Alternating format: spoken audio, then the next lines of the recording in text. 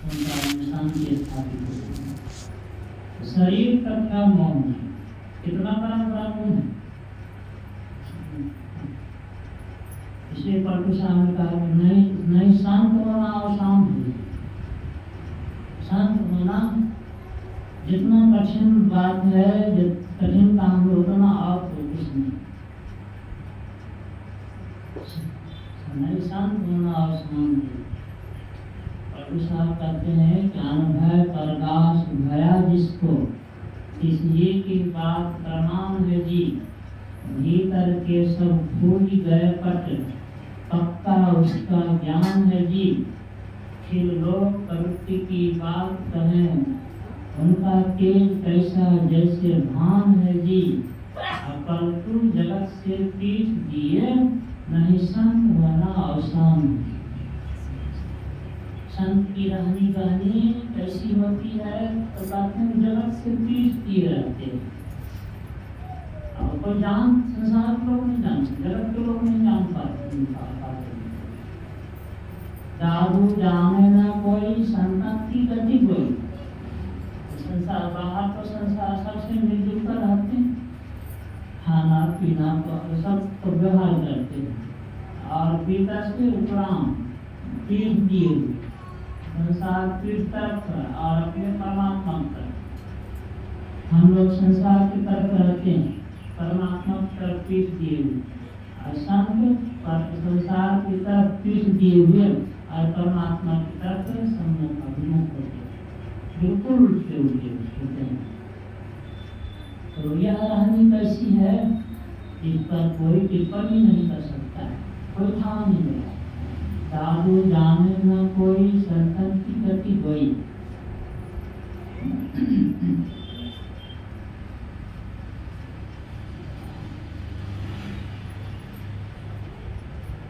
एक संत थे के बारे में कहा, कहीं जा रहे थे, शाम हो गई, किसी सराय में ठहर गए। रात में भोजन करके विश्राम किए और सुबह करके उठकर और चले। कुछ भोजन बच गया था, रोटी बांध दिया चले। फिर 8-9 बैठते बैठते 14 मील दूर निकल गए।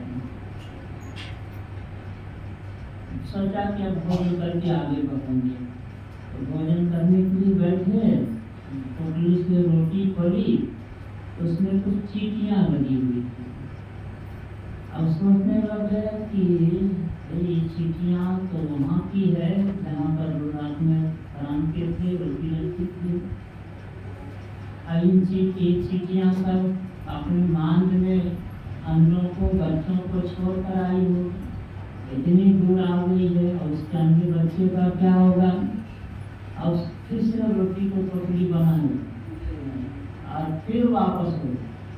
चलते चलते फिर वही रात में उठे, वहीं पर फिर रोटी को झाड़ करके सब्जी को झाड़ दिए और तब फिर खा करके आ गए। इस सबसे होने को है, ऐसा बोले कोई सोचे हमें कथा में कोई है रस, साधारण सी बात होती है, साधारण सी कथा, लेकिन बात कितनी बड़ी है कि सबसे होना संभव नहीं। परकुशा ने कहा कि तीनों देवता में सबसे बड़े भगवान विष्णु को, असंत भगवान से भी बड़े। विष्णु को बारे क्या मान, महात्मा लोगों में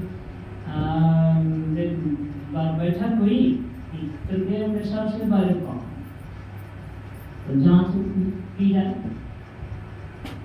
तो जांच के लिए कौन तैयार होंगे, तो भृगु मुनि तैयार होंगे। तो चले गए ब्रह्मलोक, ब्रह्मा जी बैठे हुए थे, उनकी छाती पर एक रात जमा दी।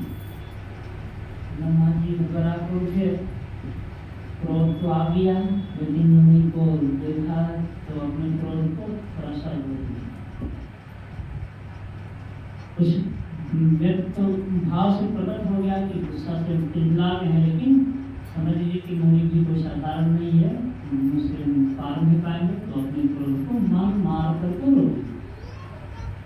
तब हम चले गए शिव लोग, शिव जी भी ऐसे लेटे हुए थे, एक छाती पर एक रात में शिव जी उठे, महात्मा अपनी सीमा से बाहर और अभी तुमको मजा चलता था, इसको उठाए गए भृगुमुनि भागते भागते विष्णु, भगवान विष्णु जी से सैया पर लेटे हुए थे, यहाँ पर एक रात जमा दी छाती।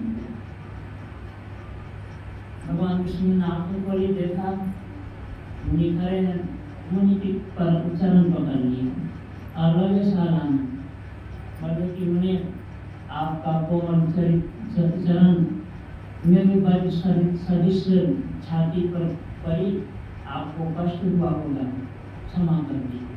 बोलते भगवान क्षमा मांगो। निर्णय हो गया कि तीनों देव में विष्णु गए, क्योंकि वो गए संशील साबित।